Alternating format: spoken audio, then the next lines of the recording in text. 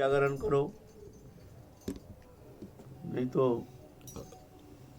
चलो भोले बाबा को पानी डालते रहो इतना दिन। अच्छा चलो गिरिराज उपासना करो, गिरिराज परिक्रमा लगाओ, दंडवती लगाओ। जब उसका कामना समाप्त हो जाता है, प्राप्ति हो जाती है, बहुत हो तो कामना करके तो गिरिराज परिक्रमा लगाता है और बहुत कुछ करता है ना। संकल्प करते हैं कि हमको हमारे ये जो व्याधि है, ये जो हमारे लिए जो ये विपत्ति है, ये नष्ट होने से हम तुमको ये तुम्हारे लिए हम 4 दंडवती लगाएंगे। बहुत हो तो व्याधि मुक्त हो जाता है, ये उपाधि मुक्त हो जाता है। फिर जब बोलते हैं ये तो होता है ऐसा, दंडवती लगाने का ऐसा खास जरूरत नहीं है, ऐसी बात नहीं है। गिरिराज तो दंडवत करके भूल जाता है जो वही हमने वचन दिया था, जो हमारी व्याधि मुक्त होने से हम गिरिराज, वो तो ये होता है, ये ऐसा कोई खास बात नहीं है, ऐसे मन को सांत्वना दे देते हैं। तो कैसे भी हो उपासना में व्रती होते हैं।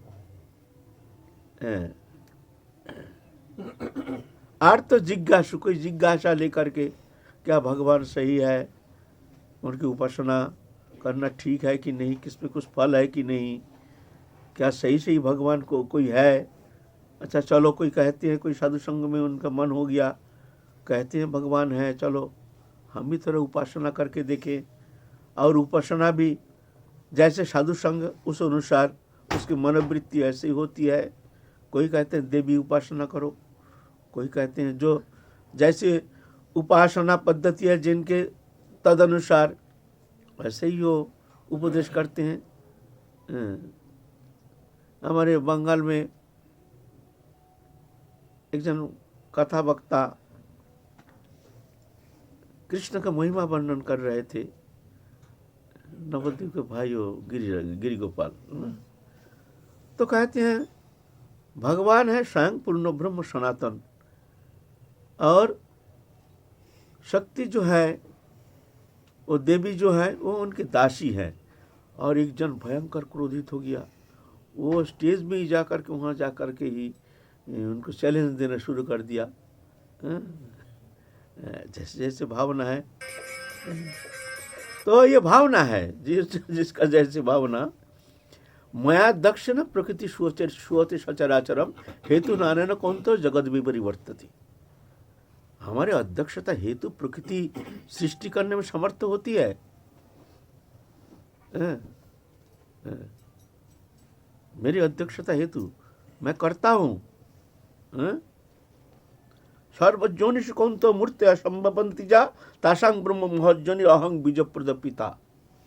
मैं पिता हूँ, जगत का पिता हूँ, मैं प्रकृति में गर्भधान करता हूँ, तब जाके सृष्टि रचना होती है, तब जाके प्रकृति की इच्छन करता हूँ, तब जाके प्रकृति सृष्टि करने में समर्थ होती है। ऐसा थोड़ी, आप कौन समझाएगा।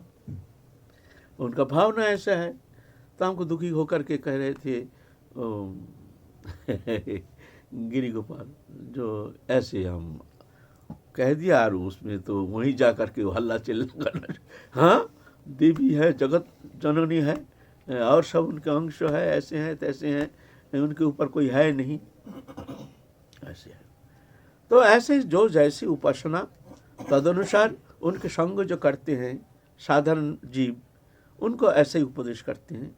कोई कहते हैं देवी उपासना करो, कोई कहते हैं ये चंडी उपासना करो, कोई कहते हैं नहीं ये उपासना करो, पितृलोक की उपासना करो, कोई और तंत्र मंत्र जंत्र उपासक कोई है वो कहते हैं भूत प्रेत का उपासना करो, इससे तुम्हारा कर्म सिद्धि हो जाएगी, तुमको बहुत कुछ मिल जाएगी, अलग वस्तु का संस्थान भी तुमको हो जाएगा। ऐसे ऐसे वस्तु जगत में है नहीं जो वस्तु तुम प्राप्ति नहीं कर सकते हो, और तुम भूत प्रेत ऐसे जो है हमारे तंत्र मंत्र ये उपासना करो, इसके ऊपर कोई उपासना नहीं है।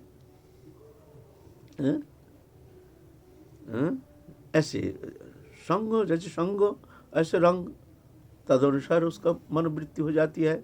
लेकिन सभी जीव श्रद्धा रखते हैं भगवान में, चाहे वो माने या ना माने, सामने व्यक्त करें या ना। अब वक्त तो कोई व्यक्त ही नहीं करता है जो हम भगवान मानते हैं, कहते नहीं हम भगवान मानते नहीं है। नहीं, विपत्ति आने से वो भी भगवान को मानते हैं, ऐसे भजन नहीं करते हैं, लेकिन जब विपत्ति आती है तब भगवान को पुकारते हैं, है ना।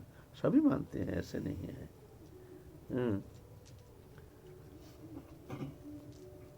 तो ये चतुर्विधा भजन्ते मां जना सुकृतम अर्जुन अर्थ जिज्ञासु।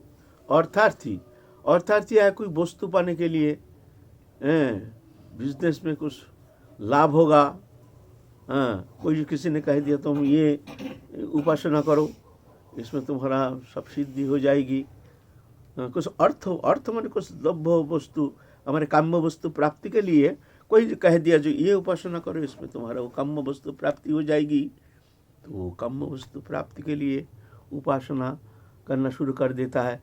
काम्य वस्तु प्राप्ति होने से फिर जगह समाप्त हो जाता है, उसका फिर जरूरत नहीं उपासना करने का, है ना। ऐसे गीता में कहते हैं जानती देवव्रता देवान पितृन जानती पितृभूता भूतानि जानती भूतेज जानती मज्जाजिनो हुपिमम।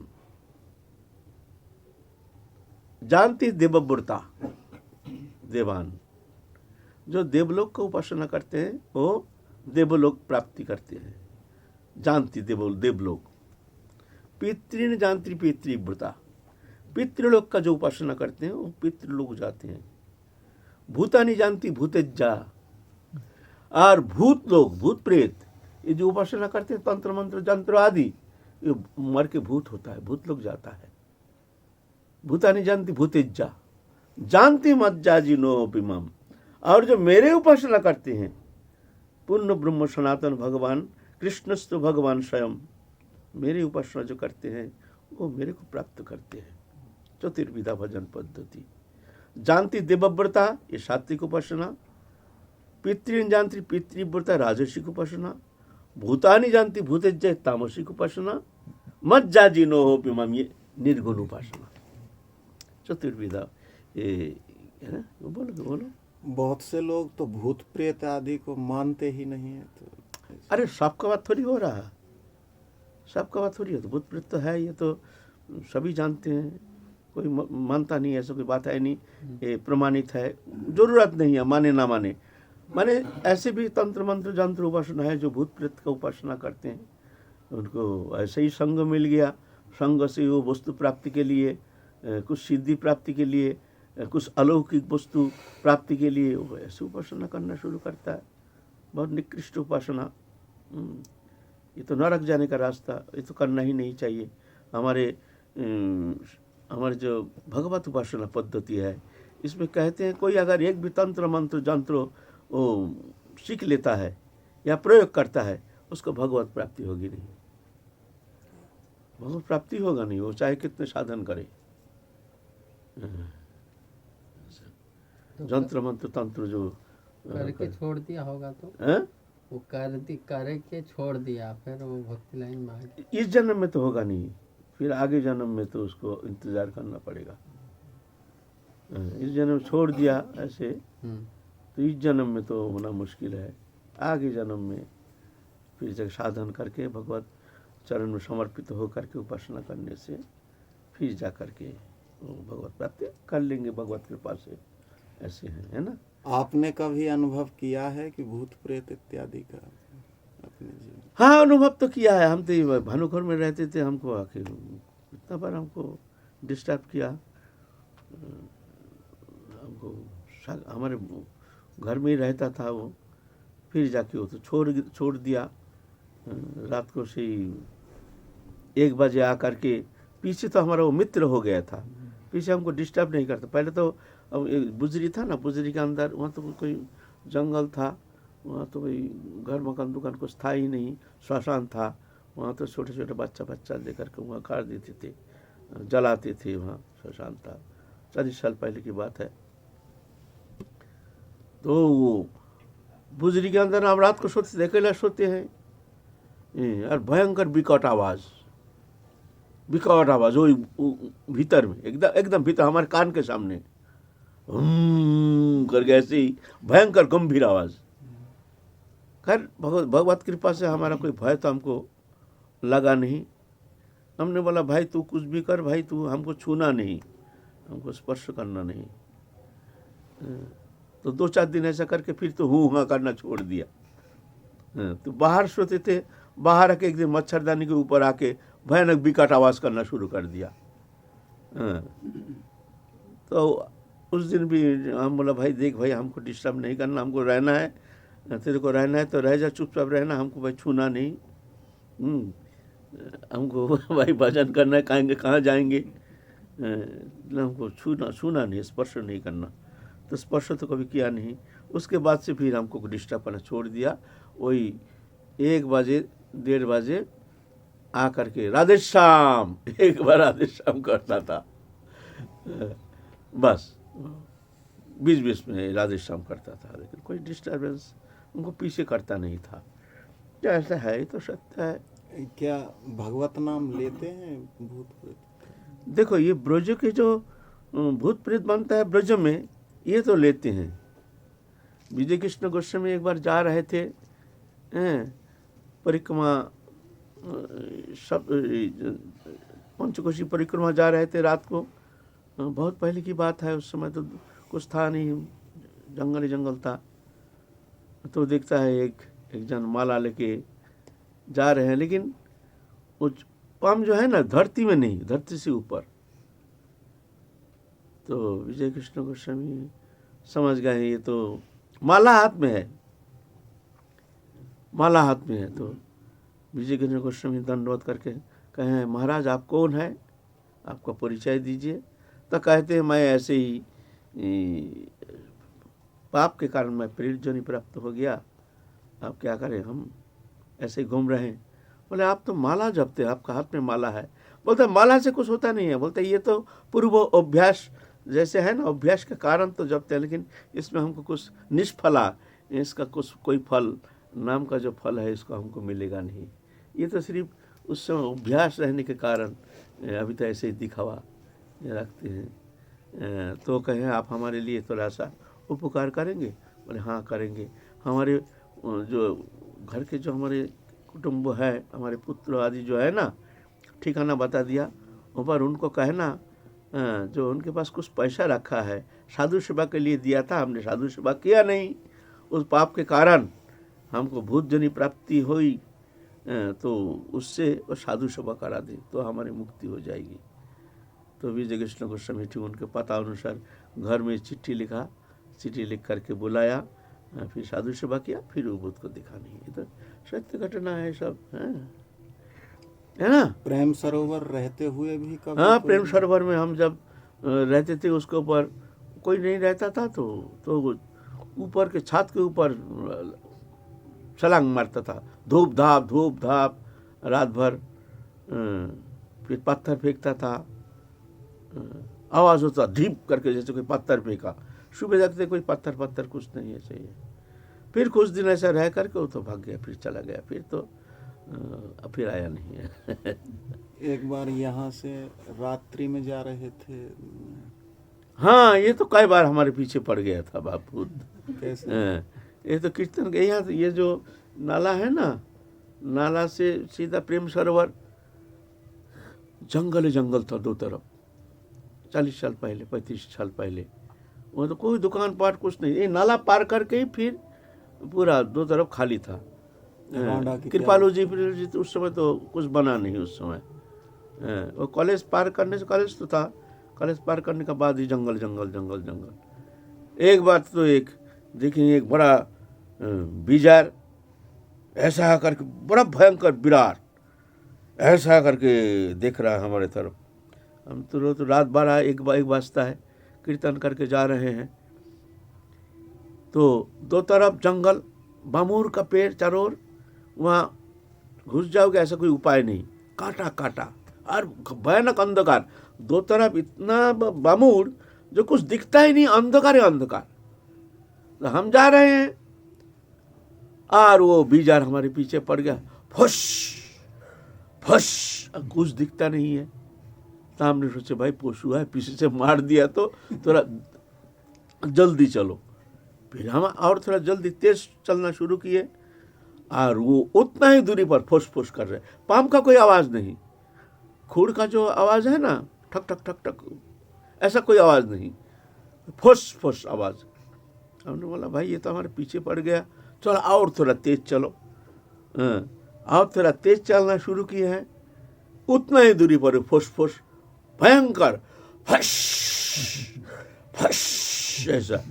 फिर हमने दौड़ लगाया, हम बोले भाई पीछे से मार ही देगा हमको, ये अंधकार में मुश्किल हो जाएगा। तो वक्त वहाँ जो गन्ना बिकता था ना, जहाँ कुआं है वहाँ जाके गोपाल मंदिर है, हम बोले वहाँ जाके घूम जाएंगे, फिर हमको कुछ कर नहीं पाएगा। फिर हम वहाँ तक जा करके बहुत जम के भागा, जा करके पीछे मुड़ के देखते हैं कुछ नहीं। फिर हम आगे आए, पीछे आए, देखा चारों ओर वही कुछ नहीं। और एक दिन काला सा एक भूत जैसे, हम उधर कॉलेज पार करके थोड़ा गए, तो सत्संग कर रहे हैं क्या सत्संग हो रहा है, ठीक है, भूत का बारे में कह रहे हैं। तो हम वही रात 1-2 बजे 1-1:30 बजे जा रहे हैं कीर्तन करके, कॉलेज पार करके गए। फिर वहीं पर एक तो भूत जैसे काला एक डंडा लेकर के हमारे पीछे चलना शुरू कर दिया। हम बोले भाई अंधकार रात्रि है, ये साला डंडा फंडा मार देगा, कोई डाकात बदमाश है न क्या है, अच्छा भाई थोड़ा तेज चलो। तो उतना ही दूरी पर ठक ठक ठक ठक, फिर हम और तेज चलना शुरू किए, फिर उतना ही दूरी पर ठक ठक, फिर और तेज चलना शुरू कर दिए, उतना ही दूरी पर ठक ठक आवाज। फिर हम भागे जम के कस के, उतना ही दूरी पर ठक ठक आवाज। फिर वही गोपाल मंदिर के वहाँ जा करके हम बोले चल इधर तो जगह मिल गया, अभी तू आ जा, तेरे को मैं देख लूँगा। वहाँ तो अंधकार था, यहाँ तो खुला जगह है, कोई नहीं। फिर हमने गया, जा करके इधर उधर देखा, ढूंढा, कोई नहीं। ऐसे एक बार गोवर्धन में आपको मंत्र सुनाया था, ये हमारे कृष्णधर पंडित था, वो जा रहा था, एक कुत्ता सामने सामने जा रहा है, तो कॉलेज छोड़ करके वहाँ एक पुराना बड़ा बट वृक्ष था। कुत्ता जा करके सीधा फर फर फर फर करके एकदम पेड़ के ऊपर चढ़ गया। इटू कुत्ता, कुछ नहीं, भूत। जी यहाँ से जब छोड़ा था ये भानोखर से, तो बताते कि वो जो प्रेत था वो आपका मित्र बन गया था। हाँ, वो तो हमारा मित्र बन गया था, और वो भयानक क्रोधी हो गया था, इतना क्रोधी हो गया हमको तो भगाया गया था। इंटेंशनली जो जगह को कैप्चर करेंगे, कैप्चर बहुत सारी जगह है, ये इसको भगाने से हमको मिल जाएगा, तो उसको तो वहाँ घुसने ही नहीं देता था। रात को विशाल एक चारा डंडा लेकर के भगाता था जो भी वहाँ जाता था। अभी भी वहाँ कोई जा नहीं सकता है, रात को रुक नहीं सकता है अभी तक वहाँ। हाँ, अभी तक कोई रहता है। भूत भी मित्र बन जाता है। तो हमारे आलोच्य विषय यह निर्गुण उपासना पद्धति। निर्गुण उपासना ये तो तामसिक उपासना, जानती देवव्रतन देवान पितृन जानती पितृभूता भूतानि जानती भूतिज जानती मज्जाजिनो विमम। मेरे को प्राप्त करता है जो मेरे उपासना करते हैं। मैं हूँ सर्वोपरि मत्त परतरंग नान्यत किंचित् अस्ति धनंजय, कृष्णं वंदे जगत गुरुम। कृष्ण ही सर्वोपरि है, कृष्ण ही परतपर पूर्ण ब्रह्म सनातन भगवान है। मेरे जो उपासना करते हैं वो मेरे को प्राप्त करते हैं। लेकिन मेरे को प्राप्ति करने का आशा लेकर कोई अगर मन में किसी का अंदर कोई कामना वासना है, इच्छा है, तो फिर वो इच्छा पूर्ति करके ही जाना पड़ेगा। भगवान वो इच्छा भी पूर्ति कराएंगे तुम्हारे लिए, लेकिन उसके लिए तुमको फिर आना पड़ेगा। निष्काम होना चाहिए। बोलते हैं हमको अगर तुम उपासना करना चाहते हो, हमको प्राप्ति करना चाहते हो, ये जो देवलोक की उपासना और जितना उपासना पद्धति है बहुत कठिन है। ये जो भक्ति मार्ग है, निष्काम उपासना पद्धति है, निर्गुण उपासना पद्धति है, ये सबसे सरलतम उपासना है। इसमें एक ही मात्र वस्तु है, कोई कामना इच्छा नहीं है।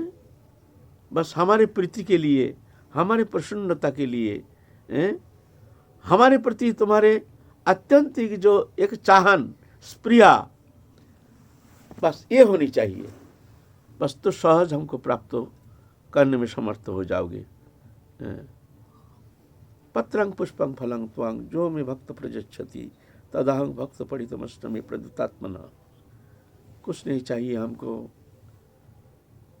तुम कुछ दोगे, क्या दोगे हमको? सुनो, मैं तुमको देता हूँ। ये जगत को मैं देता हूँ। जगत हमको क्या देगा? समस्त सृष्टि पदार्थ मेरे हैं, मैं ही सृष्टि क्या हूँ, और सब में व्यापृत मैं ही हूँ। मया ततमिदं सर्वं जगत अव्यक्त मूर्तिना। अव्यक्त रूप चराचर व्याप्त मैं ही हूँ। मत्य परतरं नान्यत्। हमको छोड़कर कोई पदार्थ है ही नहीं। तुम क्या वस्तु हमको दोगे? कौन सा वस्तु देकर के तुम हमको प्रसन्न करोगे? हम वस्तु के भूखे नहीं हैं। फिर भी भक्त तो देना चाहते हैं। हाँ, प्रेम से जो वस्तु देते हैं भगवान उसको स्वीकार कर लेते हैं, बड़े प्रेम से। प्रेम से, जैसे छोटा जैसे पिता ने अपने धन संपत्ति सब बेटा को दे दिया, लिख दिया, संपत्ति तुम्हारा है, तुम्हें देखभाल करो, हमारा अब वृद्धावस्था, अब हम भजन करेंगे, बस 2 रोटी तो हमको मिल ही जाएगा। पिता का ही संपत्ति और देखभाल कर रहा पुत्र। तो पिता के लिए सुंदर सा बढ़िया एक चादर लाया, बहुत कीमती सुंदर, पिता को दिया। पिताजी तुम्हारे लिए लाए हैं।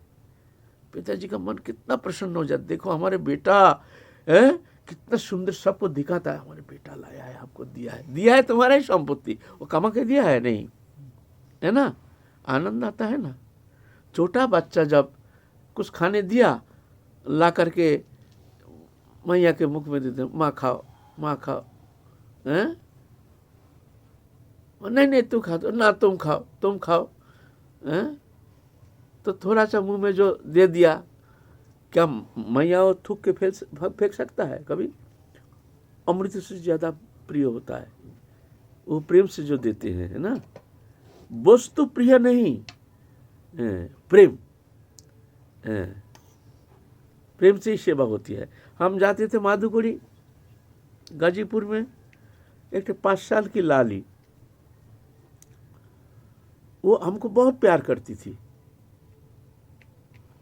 वो अपने हाथ से रोटी बनाती थी हमारे लिए, बाबा को माधुकुड़ी देंगी।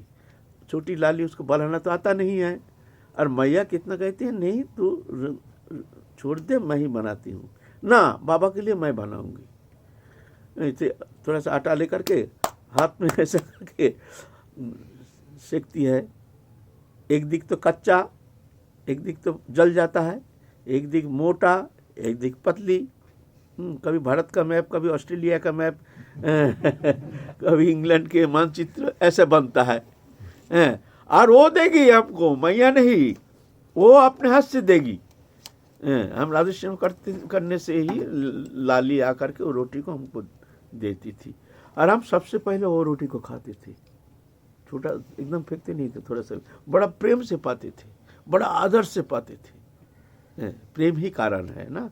ऐसे ही भगवत प्राप्ति के लिए कोई वस्तु, यहाँ वस्तु का कोई विशेषता है नहीं, चाहिए प्रेम, चाहिए प्रेम।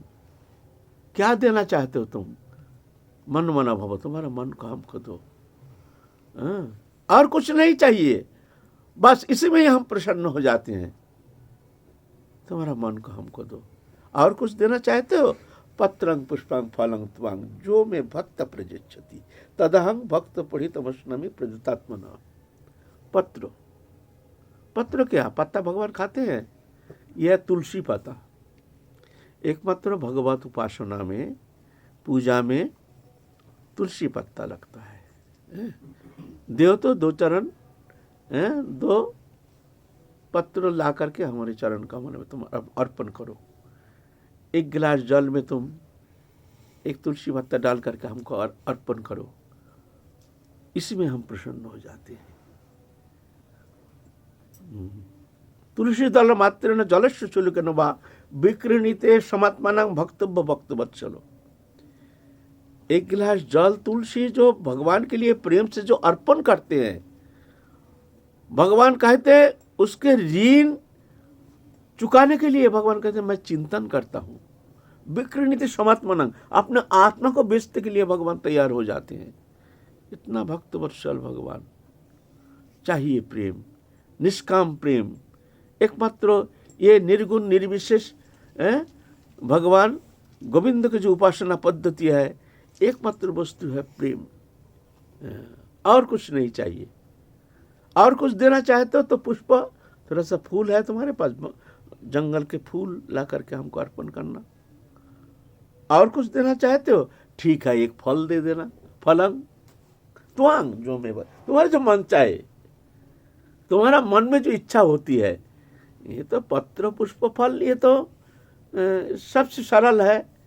इसके ऊपर अगर तुम चाहते हो हम कुछ और भोग लगाएंगे तो वो तुम हमको अर्पण करना। भक्त पड़ी तो उपहार मैं इसको स्वीकार करता हूँ, बड़े आनंद के साथ मैं इसको स्वीकार करता हूँ, भगवान कहते हैं। तो ये निर्गुण उपासना पद्धति, इसमें चाहिए निष्काम भावना। ये निर्गुण उपासना पद्धति में देखना चाहिए हृदय में कोई कामना वासना नहीं होनी चाहिए। मन में कोई कामना वासना इच्छा अगर है तो जब तक इच्छा पूर्ति नहीं होगी तब तक जा करके तुमको भगवत प्राप्ति होगी नहीं। अगर तुम्हारा मन में कोई इच्छा नहीं, कोई कामना नहीं, कोई वासना नहीं, ना इसी जन्म में हम तुम्हारे चरण कमल में प्रेम प्राप्ति करना चाहते हैं और अंतिम काल मरते समय बस तुम्हारे लिए ही हम इस प्राण को त्याग करके हम तुम्हारे सान्निध्य प्राप्त करना चाहते हैं, ऐसे भावना लेकर के कोई अगर प्राण त्याग देता है मृत्यु के समय, कोई वासना नहीं, कामना नहीं, निष्काम भावना से शरीर त्यागता है, तो अवश्य भगवत धाम प्राप्ति करने में समर्थ हो जाते हैं। उपासना की जरूरत नहीं है, साधना की आवश्यकता है नहीं, तपस्या की भी आवश्यकता है नहीं। भगवान देखते नहीं वो कितना तपस्या किया, कितना उपासना किया। भगवान देखते हैं उसका मन क्या बोलता है, क्या हम कोई चाहते हैं ना और कोई चाहन है। अगर तुम्हारे हृदय में कोई चाहन नहीं, भजन काम होने से भी ये विश्वास रखना ठाकुर जी तुमको वंचित नहीं करेंगे। कौन तो प्रतिजान ही न में भक्त पुनश्यति, भगवान वंचित नहीं करेंगे। लेकिन ये निष्काम होना ही बहुत कठिन बात है। कहीं ना कहीं सूक्ष्म रूप में थोड़ा सा चाहन रह जाता है। अगर ऐसा कोई भाग्यशाली कोई साधक होता है जिसका मन में कोई चाहन नहीं, वो तो प्रणम्य है, वो तो वंदनीय है, वो तो आदरणीय है, वो तो जगत पूज्य है। कठिन है जहाँ कुछ अपने लिए भी कोई चिंता नहीं। ऐसे भावना, निष्काम भावना लेकर के जो भगवत उपासना करते हैं, साधन का आवश्यकता नहीं है। बस ऐसे एक निष्काम मनोवृत्ति होनी चाहिए, और कुछ चाहिए नहीं हमको, तो जाके भगवान उसको वंचित नहीं करेंगे। साधक चाहता है कि मैं निष्काम, कोई कामना मन में नहीं रहे, लेकिन काम क्रोध लोभ रिपु तो आकर के उसे जबरदस्ती धकेल देते हैं। तो क्या वो साधक का दोष है या क्या उसे कामना कहा जाएगा कि कामना है साधक के अंदर? देखो, काम क्रोध लोभ जो है ना, ये कामना के कारण होता है। कामना है बीज। जब तक मन में कामना रहेगा, इच्छा रहेगी, वस्तु प्राप्ति की इच्छा, भोग इच्छा, XYZ कोई भी इच्छा रहेगी, तब तक जाके तुम्हारे अंदर काम क्रोध लोभ ये रहेगा। दैत्य विषण पुंस संगस्त जो पजायते संगात संजायते कामा कामात क्रोधो भी जायते क्रोधो तो भवति सन्मोह सन्मोह स्थिति विभ्रम स्थिति भ्रंशात बुद्धिनाश बुद्धिनाशात प्रणश्यति। ये इंटरलिंक है। विषय चिंता करते करते कामना उत्पन्न होती है, कामना प्रतिहत होने से क्रोध होता है,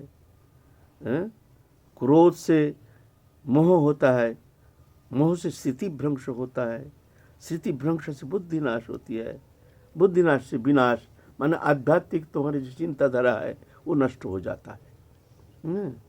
इसलिए पहले कामना के कारण विषय चिंतन होता है। विषय चिंतन क्यों होता है? तुम्हारा वहाँ मन लगा हुआ है, ये कारण। जहाँ जिस वस्तु के प्रति हमारी आसक्ति नहीं, उस वस्तु का चिंतन होना संभव नहीं है, होता ही नहीं, होगा ही नहीं। हमारे चाहिए ही नहीं, क्यों चिंतन करेंगे? हम रसगुल्ला खाते नहीं, मिठाई हमको अच्छा ही लगता नहीं है, क्यों हम रसगुल्ला देख करके उसका चिंतन करेंगे?